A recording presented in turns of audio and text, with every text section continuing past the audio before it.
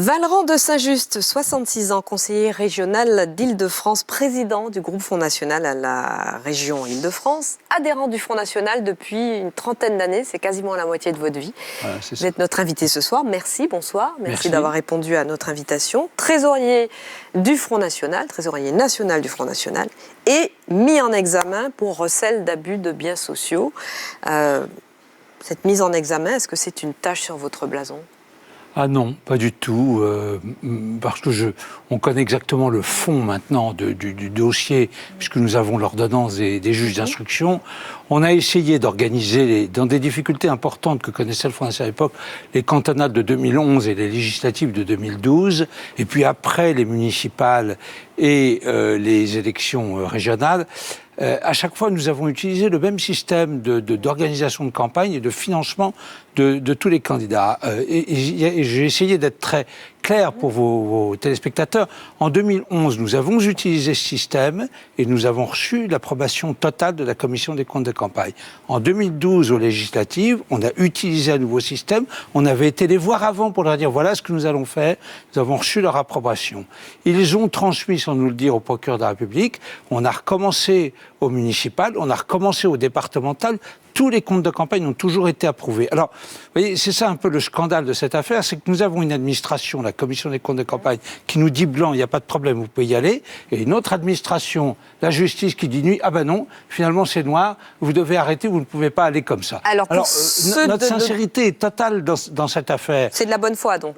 C'est une question... La bonne foi. Il n'y a d'ailleurs d'abord pas d'infraction pénale à notre sens, aucune infraction pénale. Mais de toute façon, nos intentions sont tout à fait parfaites. Ce sera à la justice de décider s'il y avait contravention ou pas. Ce qui vous est reproché, pour que nos téléspectateurs qui ne sont pas forcément au fait de toutes les arcanes de cette affaire comprennent, c'est que des candidats au cantonal en 2011 et au régional en 2012. Et aux législatives en 2012 surtout. Et aux législatives en 2012. Les candidats Front National se voyaient imposés ou fortement conseillés par le micro-parti Jeanne. Oui. Un kit de campagne qui permettait d'avoir des tracts, des instruments de communication. De montant d'environ 16 000 euros. Qui leur étaient facturés. Et donc, pour payer ce kit de campagne, vos candidats, qui parfois avaient besoin de 10 fois moins pour mener leur campagne, recevaient un prêt du micro-parti Jeanne. Donc, le micro-parti prêtait de l'argent aux candidats pour que les candidats lui achètent des kits de campagne. Prêtait de l'argent avec un taux d'intérêt assez élevé quand même, 7%. Mais conforme au marché. Et ensuite, ces candidats Front National se faisaient rembourser leurs frais de campagne, comme prévu, par l'État quand ils dépassaient les 5%. Et ils remboursaient leurs prêts avec ces 7% d'intérêt. Bon.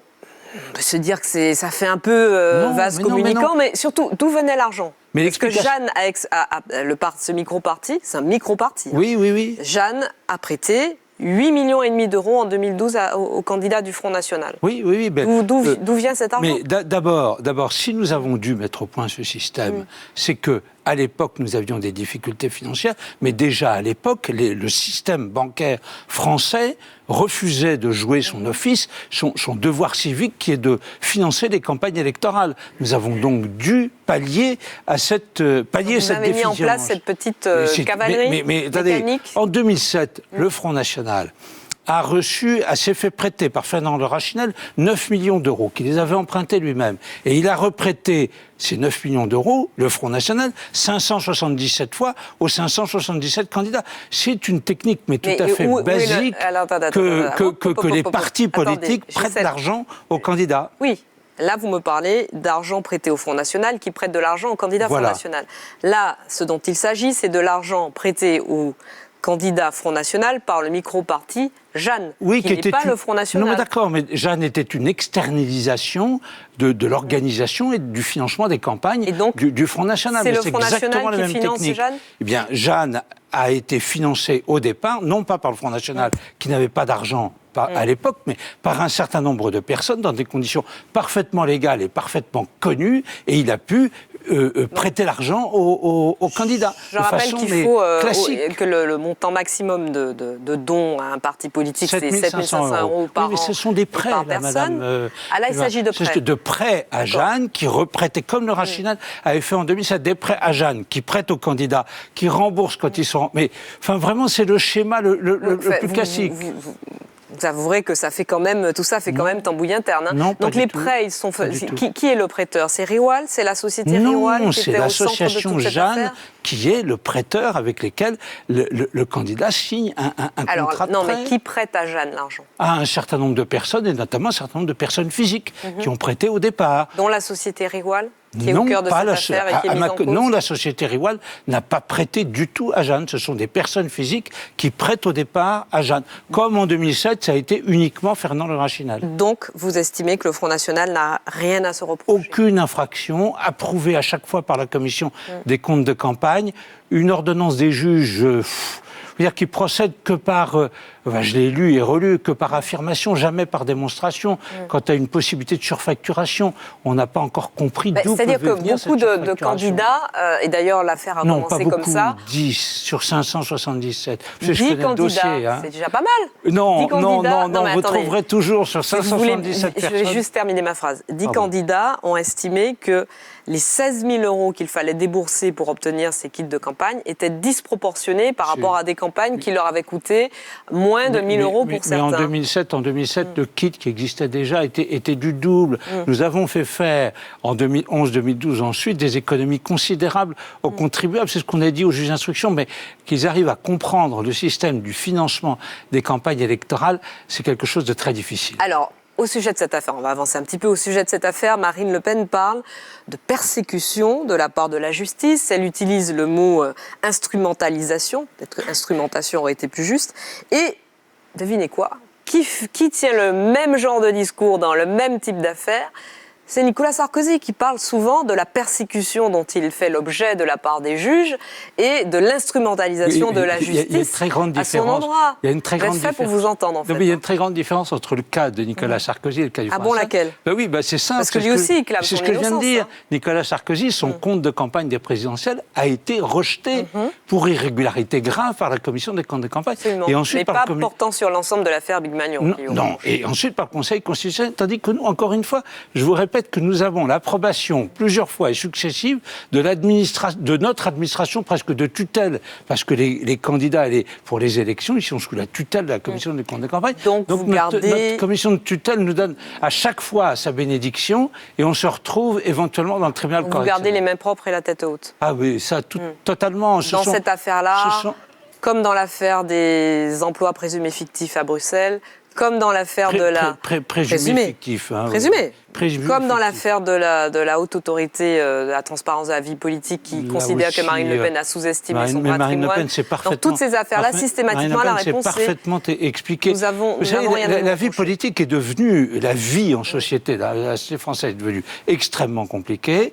La vie dans les partis politiques, des candidats, etc., est elle aussi devenue extrêmement compliquée. Trésorier d'un parti politique, c'est un métier dangereux. J'ai 40 ans d'expérience d'avocat.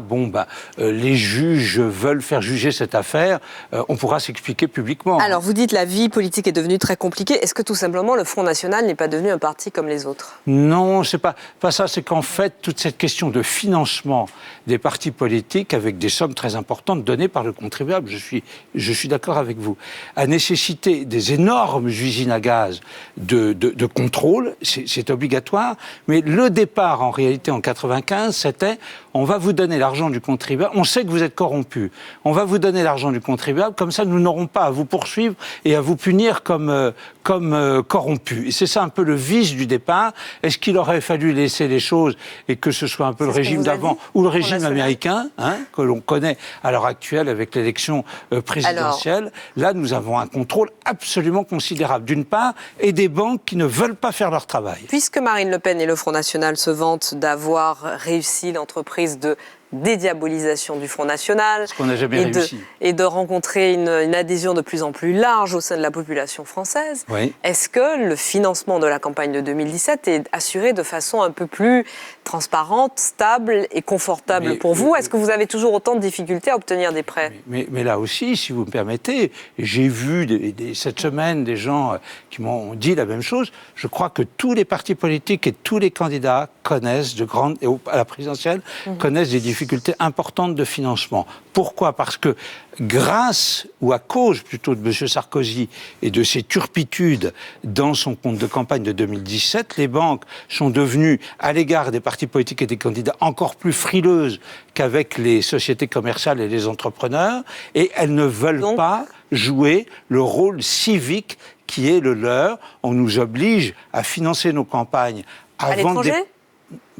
Écoutez, je vais vous dire une chose. Marine Le Pen est donnée à entre 28 et 30% des sondages. En réalité, ça donne d'extraordinaires responsabilités, des sondages comme celle-là, dans le cadre d'une candidature à la magistrature suprême. J'ai, comme trésorier du Front National ou trésorier de la campagne, nous avons quasiment l'obligation de trouver les financements de cette campagne. Nous devons le faire. Il n'est pas question, en tout cas, de ne pas le faire. Et donc vous ferez de nouveau appel à des investisseurs russes, de généreux donateurs russes ? Pour le moment, nous avons saisi les autorités françaises de ce problème crucial, qui est un problème de déni, quasiment de démocratie. Est-ce que vous feriez appel à des investisseurs russes, puisque ça vous a été reproché ? Des investisseurs, des banques russes, des institutions financières russes, oui, pourquoi pas ? Elles sont aussi honorables que dans un grand nombre d'autres pays. Et nous irions aussi dans d'autres pays honorables sans problème. Sur la campagne, parce qu'il nous reste peu de temps avant qu'on passe au débat, alors moi j'ai été très surprise d'entendre Marine Le Pen dire il y a quelques jours, chez nos confrères d'RTL, si ma mémoire est bonne, que voilà, elle allait faire une campagne de droite et de gauche. Et d'entendre Florian Philippot dire il pourrait y avoir au sein d'un gouvernement élu du Front National des ministres ayant des sensibilités de droite ou de gauche s'ils sont dans la ligne du projet présidentiel. Waouh! Le Front National fait son ouverture ou le Front National devient un parti comme les autres qui fait à la fois de la droite et de la gauche? Justement, je crois qu'il a toujours existé, notamment depuis la Révolution française ou depuis l'affaire Dreyfus, vraiment en France, une droite et une gauche, et qu'il existera toujours une droite et une gauche. Mais vous avez des partis politiques et des candidats qui peuvent avoir un programme et des propositions totalement transversales, qui ne sont pas spécialement étiquetés, je sais qu'on aime bien les étiquettes, étiquetés de droite, étiquetés de gauche, et je pense que c'est cela, Marine Le Pen, depuis 2011, et de plus en plus, et avec la présidentielle, elle aura des propositions et un programme tout à fait transversal. Alors, est-ce qu'avec sa proposition de double référendum, aussi bien sur le regroupement familial que sur la rétention administrative des fichiers S, Nicolas Sarkozy aurait sa place dans un gouvernement du Front National?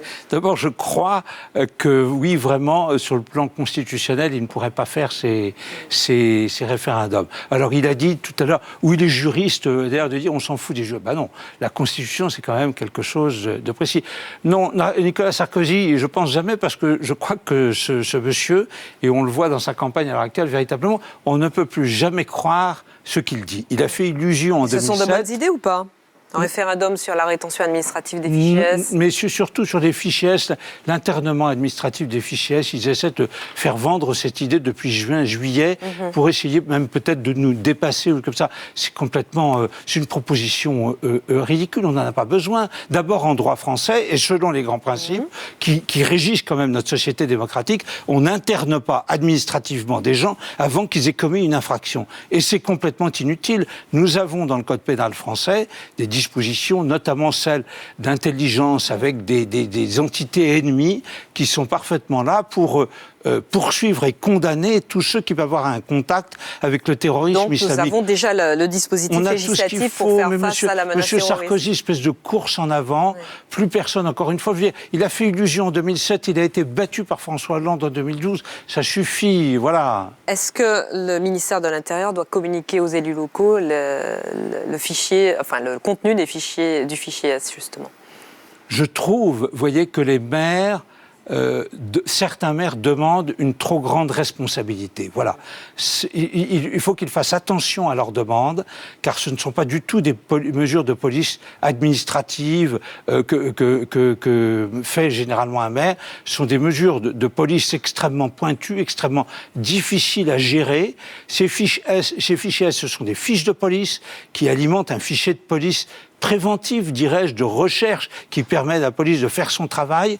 Est-ce que les maires doivent être mis dans le circuit, dans la confidence? Je pense qu'ils devraient, ces maires, regarder à 2 fois avant de le demander. Alors, on va parler avec vous, Valentine Saint-Just, avec nos invités de la crise migratoire et du Brexit. D'abord, le Brexit, avec Sophie de Mézel, qui est avec nous en direct et en duplex de Londres. Sophie, bonsoir. Je voudrais revenir avec vous sur le discours de Theresa May, la première ministre britannique, il y a une semaine, qui a tenu un discours très offensif devant le congrès de son parti, le Parti conservateur, et qui a notamment réclamé aux entreprises britanniques que désormais elles comptent leurs salariés et contractuels étrangers et qu'elles réservent en priorité les emplois britanniques aux Britanniques. Comment réagit-on en Grande-Bretagne à cette proposition ?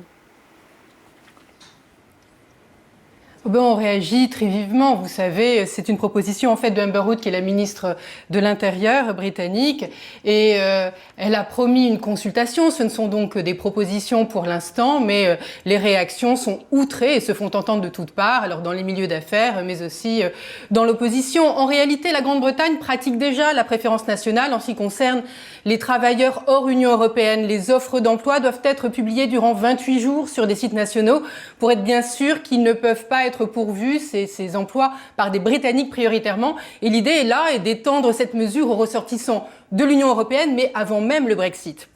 Mais il y a un secteur où ça coince particulièrement, c'est le secteur de la santé. 1/3 des médecins de la NHS, le système de santé public britannique, sont nés à l'étranger, faisant de la Grande-Bretagne le pays d'Europe qui dépend le plus des médecins étrangers. Et selon une étude de l'OCDE publiée en 2015, la Grande-Bretagne compte 35,4% de médecins étrangers contre 19,5% pour la France. Et c'est pareil pour le reste du personnel médical et en particulier d'ailleurs pour les infirmières. Le ministre de la Santé, Jeremy Hunt, a estimé que le pays pouvait être autosuffisant d'ici à 10 ans, mais il a provoqué la consternation, notamment d'un grand chef de la NHS qui a expliqué dans un journal britannique que les médecins étrangers travaillant déjà ici ne se sentiraient plus les bienvenus et qu'ils pourraient partir avant même que l'on ait formé de nouveaux médecins. Alors évidemment, pour être autosuffisant, il va s'agir de former de nouveaux médecins. On va ouvrir le numerus clausus. Il y a 6000 diplômés aujourd'hui qui sortent des universités. Il y en aurait à l'avenir 1500 de plus par an. Est-ce que cela suffira ? Évidemment, c'est la grande question ici. Sophie, encore un mot. Theresa May avait annoncé dimanche dernier qu'elle déclencherait le fameux article 50, la procédure de sortie de la Grande-Bretagne de l'Union européenne d'ici la fin du mois de mars 2017. Et manifestement, la première ministre britannique est sur ce qu'on appelle la ligne dure du Brexit. Elle envisage par exemple une sortie du marché unique européen. Est-ce qu'elle fait l'unanimité dans son propre camp sur cette ligne ? Alors non, mais vous savez que son propre camp, les conservateurs, sont plutôt majoritairement pro-Brexit, donc elle essaye de rassembler son camp. Effectivement, on parle d'un hard Brexit, avec des possibilités de compromis assez limitées, donc une sortie du marché unique pour empêcher les travailleurs européens de librement circuler. Évidemment, la Grande-Bretagne a un problème majeur, en tout cas Theresa May a un problème majeur, elle voudrait ramener le solde migratoire, le solde net migratoire qui est aujourd'hui de 330 000 personnes, sous la barre des 100 000, et pour ce, il faut qu'elle montre qu'elle fait des gros efforts. Donc c'est vraiment son problème majeur aujourd'hui. Merci beaucoup Sophie Mézella, en direct de Londres, alors que nous allons maintenant débattre avec nos autres invités. Dominique Sopo, bonsoir, président de SOS Racisme. François Gémen est là également, bonsoir. Chercheur en sciences politiques, spécialiste des flux migratoires. Vous êtes le co-auteur de l'Atlas des migrations environnementales aux éditions Presse de Sciences Po, publié en mars de cette année. Et Sylvain Sibel, bonsoir Sylvain, journaliste au Monde, auteur de Liberty aux éditions Don Quichotte en 2016. Vous comparez des politiques migratoires de la France et des États-Unis, et on va parler avec vous trois et vous quatre, avec Valentine Saint-Just, du fait que les populismes gagnent en Europe. Alors, sur cette proposition, Dominique Sopo, de la première ministre britannique et de sa ministre de l'Intérieur, de compter les travailleurs étrangers dans les entreprises britanniques, votre réaction ? Je trouve ça très inquiétant parce que l'espace de l'Europe, c'est un espace démocratique et la démocratie est quand même assise sur l'égalité des droits et la non-discrimination. Et là, on voit bien que ce qui se met en place à travers une course vers le populisme, c'est finalement la récupération de dynamiques de construction des sociétés qui tournent le dos à ce qu'est théoriquement la promesse démocratique, la promesse européenne.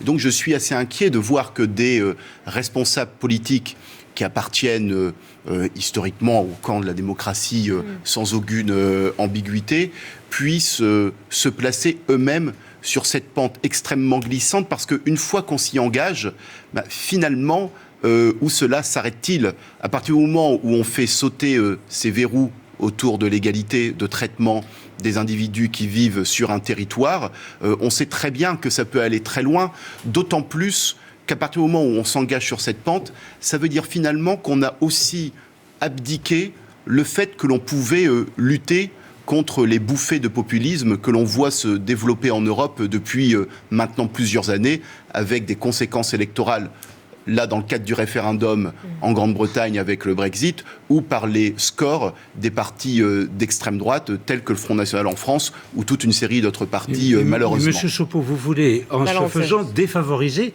et discriminer le salarié français et le travailleur français. C'est ça le problème. Non, mais je sais qu'historiquement, le Front National... En France, nous sommes responsables politiques français, on a la priorité. Je sais qu'historiquement, le Front National est pour la préférence nationale, qui reste d'ailleurs la ligne de ce parti, qui reste la ligne de ce parti, préférence que vous voulez instaurer la discrimination au prix, dans les deux sens. Au prix, non, elle est dans un seul sens dans ce cas-là, au prix d'un changement de la Constitution. C'est dire si d'ailleurs cette nouvelle philosophie, c'est-à-dire ce droit à la discrimination que M. Valérand de Saint-Just vient de réclamer, le peuple qui jugera. C'est dire... C'est populiste que je viens de dire. Monsieur Saint-Just, c'est dire si cette, j'allais dire, rupture est une atteinte profonde à la façon dont la France se construit historiquement. François Gemène, des emplois britanniques pour les Britanniques, des emplois français pour les Français, c'est une façon de voir, à votre avis, dépassée, ou au contraire, c'est ce qui nous attend à la faveur de la montée des populismes, notamment en Europe? C'est d'abord un non-sens économique. On l'a rappelé dans le reportage, plusieurs secteurs, notamment le secteur de la santé, reposent très largement sur des travailleurs étrangers. Je pense notamment aussi, au championnat de football britannique, par exemple. Est-ce que les clubs de football seraient concernés aussi par cette mesure? Je pense aux universités, mais je pense aussi à toute une série de secteurs comme la construction, la restauration, les services de soins à la personne. Ou aux banquiers, puisque M. Saint-Just veut faire travailler les banquiers russes. Vous voyez que c'est un non-sens économique. Mais par contre, il faut rappeler que cette question de préférence nationale, qui est bien entendu... Attendez. Une atteinte à l'égalité des droits des individus existe déjà dans les faits. Aujourd'hui, elle s'exprime via les discriminations dont souffrent en France bien davantage qu'en Angleterre, par exemple, les travailleurs immigrés. À compétences égales, pour une même offre d'emploi, quelqu'un qui a un nom qui sonne français aura bien plus de chances d'être convoqué en entretien d'embauche que quelqu'un qui a un nom à consonance étrangère. Et donc, c'est déjà une réalité, cette préférence nationale, via les discriminations qui restent aujourd'hui un immense frein à l'intégration des étrangers dans le projet national français, appelons-le comme ça. Sylvain Sipel, pourquoi ce type de discours porté par Valérand de Saint-Just, porté par l'UKIP en Grande-Bretagne et maintenant par Theresa May, la première ministre issue du Parti conservateur, porté également aux États-Unis, mais ce n'est pas nouveau, ça ne date pas de la campagne de Donald Trump. Pourquoi ces discours-là portent aujourd'hui, font florès parmi les opinions publiques? Je pense qu'il faut séparer ce qui se passe aux États-Unis et ce qui se passe en Europe. Il y a un aspect similaire, qui est que tout ce que dit Trump et des gens du type de Trump existent également en France. Et c'est chez Le Pen, mais on l'entend aussi beaucoup chez ce qu'on appelle maintenant les Républicains. Et on l'a aussi entendu de temps à autre, d'une manière ou d'une autre, dans la bouche du Premier ministre français. Mais cela étant, la grande différence, c'est qu'en Europe, il y a, disons, on l'a vu dans la crise des réfugiés syriens, il y a eu deux gouvernements qui se sont comportés différemment des autres, qui sont le gouvernement allemand et le gouvernement suédois.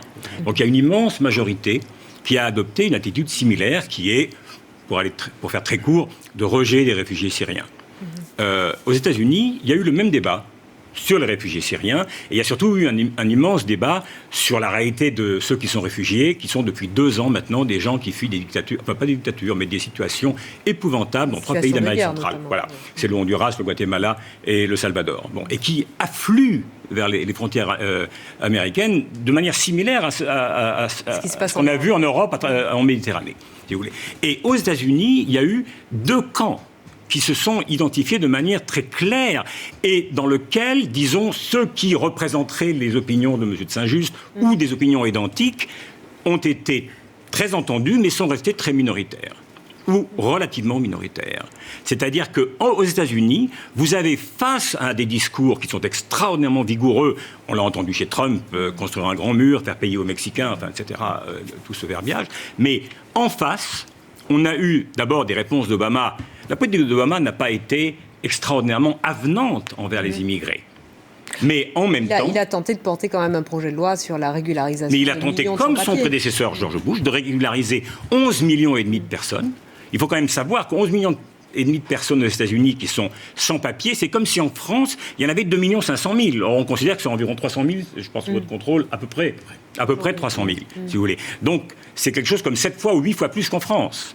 Mais donc, le discours d'Obama n'a jamais varié sur le bienfait de l'immigration, sur le fait que évidemment l'immigration amène aussi un certain nombre de problèmes, mais les avantages sont immensément supérieurs aux inconvénients. C'est ce discours-là qu'on entend à peine en Europe. La seule personne qui l'a dit, c'était Merkel à ses compatriotes. Et ça lui coûte cher aujourd'hui, on le voit. Lorsqu'elle a dit, ce sera difficile, ça prendra du temps, mais si nous menons ma politique à terme, nous en serons amplement bénéficiaires. Mais la situation de l'Allemagne est particulière. C'est ce qu'on dit, et je conteste ça. Je le conteste, parce qu'effectivement, le grand argument consiste à dire les Allemands font moins d'enfants. C'est vrai, ils font moins d'enfants que les Français. Mais franchement, ils en font beaucoup moins. Ils ont besoin de plus de... Ils ont un peu plus besoin. Mais si on veut garder les retraites dans un état peu ou prou semblable à ce que c'est actuellement, le problème français est similaire au problème allemand. Il y a un autre élément quand même, c'est que les Allemands sont très riches. La situation économique de l'Allemagne... Il y a même un débat sur cette Il y a plus de pauvres en Allemagne qu'en France. Oui, il y a plus de pauvres en Allemagne qu'en France. 200 milliards d'excédents commerciaux en Allemagne. Oui, l'Allemagne se porte mieux économiquement. L'Allemagne se porte mieux. Parce que madame... Mais monsieur de Saint-Just, même quand la France se portait mieux, vous ne vouliez pas d'immigrés. Donc cet argument-là, excusez-moi. Oui, non, mais c'est possible. Oui, c'est très probable même. Ces questions comme celle que soulève Madame May en Angleterre, c'est à la faveur des montées des populismes. Non, c'est à la faveur des difficultés économiques et sociales que nous connaissons de plus en plus dans notre pays. C'est absolument clair. Alors, on nous dit c'est le populisme, vous êtes xénophobe, peut-être même raciste, vous voulez pas d'un tel, etc., etc. Oui. C'est entièrement faux, faux. C'est parce que, laissez-moi terminer, c'est parce que la situation économique et sociale des salariés français, des pauvres français et de la situation macroéconomique française est dans cet état-là que nous avons principalement ces opinions-là. Non, ça n'a rien à voir avec la situation économique. Je voudrais simplement rappeler 2 chiffres ici pour éclairer. En tout cas, dans notre esprit, oui. En Hongrie, 56% des entreprises déclarent avoir des difficultés à recruter de la main-d'œuvre nationale et devoir faire appel à de la main-d'œuvre étrangère.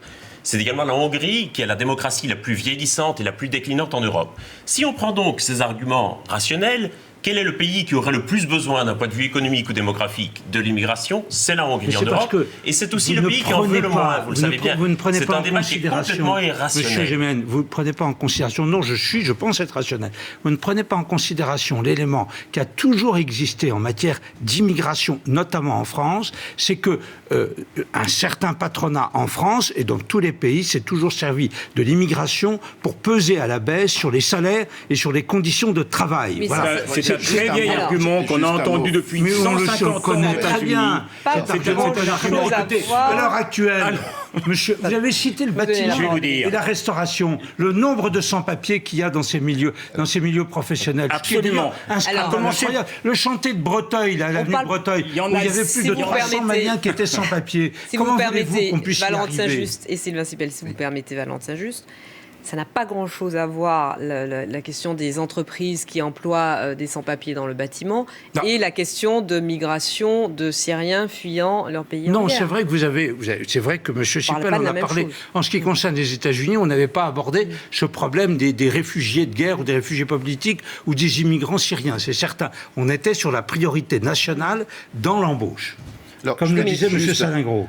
Juste une remarque, oui, qui d'ailleurs s'est suicidé suite à des attaques de l'extrême droite sur son honneur. Oui, mais passons. Il a vu M. Mauroy revenir sur sa loi. Alors, je ferai remarquer que les études économiques, M. de Saint-Just, montrent que l'immigration ne pèse pas... il se trouve que je suis agrégé d'économie et professeur d'économie, mais j'en connais quelques éléments. Non, mais vous ne pouvez pas attendre tout le temps. On va laisser Dominique Sopo aller au bout de sa phrase. Il se trouve qu'il est faux de dire que l'immigration pèserait négativement sur les salaires.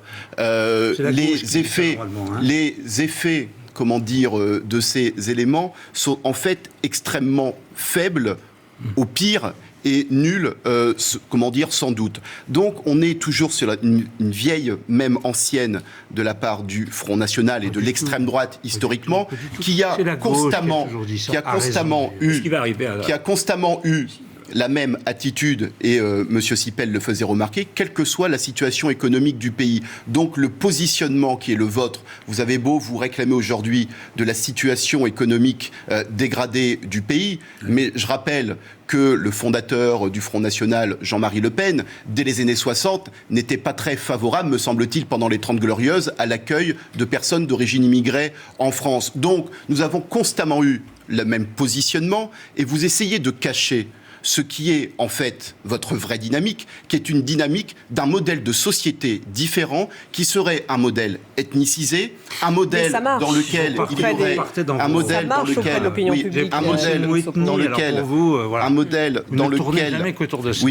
un modèle dans lequel il y aurait finalement des Français légitimes, des Français moins légitimes et des étrangers qui seraient amenés à quitter le territoire. Alors, mais Dominique Sopo, j'entends votre propos, sauf que le discours du Front National, le programme politique du Front National rencontre aujourd'hui de l'adhésion au sein de l'électorat français. Bien évidemment qu'il rencontre de l'adhésion pour plusieurs raisons, me semble-t-il. La première raison, il est vrai que les difficultés économiques, on le sait, développent aussi des logiques de bouc émissaire, et que deuxièmement, je pense qu'il y a un problème beaucoup plus vaste qui concerne plusieurs pays européens, c'est que l'Europe, pendant longtemps, s'est vécue, à juste titre d'ailleurs, comme quand même dominant le monde. Et qu'aujourd'hui, la vaste redistribution des cartes de la puissance au niveau mondial, me semble-t-il, n'a pas été suffisamment expliquée, et que finalement, la normalisation, entre guillemets, du poids de l'Europe dans le monde fait qu'il y a cette ambiance un peu décliniste, le fait qu'on serait les perdants de la mondialisation,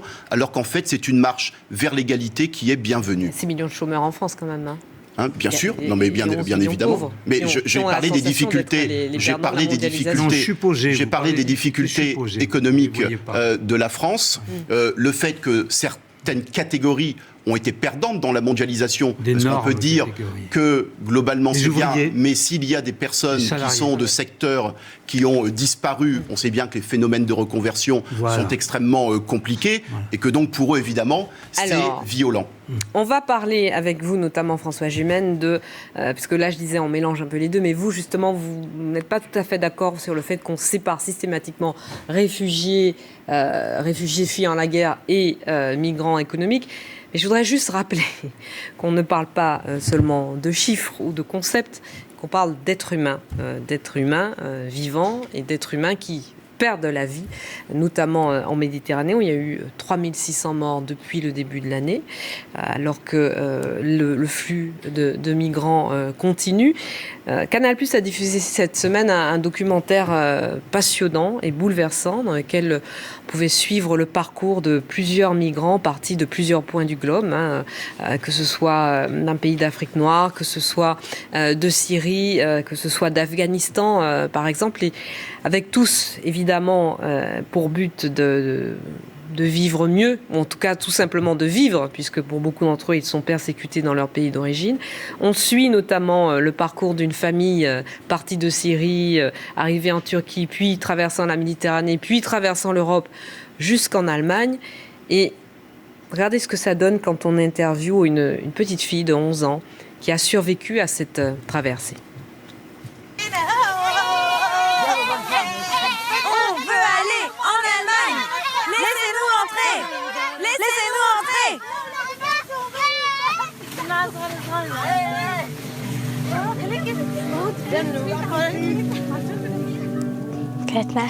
Sur la route, c'était vraiment dur.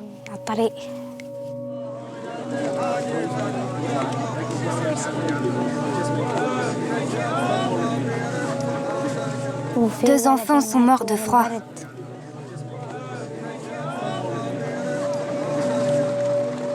On a trouvé une tente et on a fait un feu.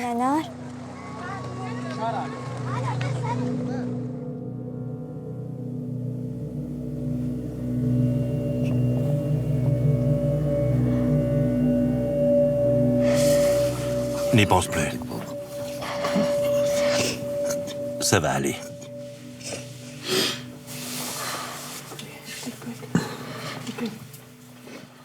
Ça va aller. Tout ça, c'est trop difficile à supporter pour elle.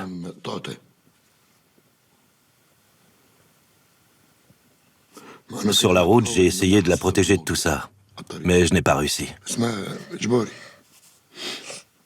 C'est lourd à porter. Elle se sent responsable, elle aussi, alors qu'elle ne peut pas l'être. Ça va mieux? Ça va?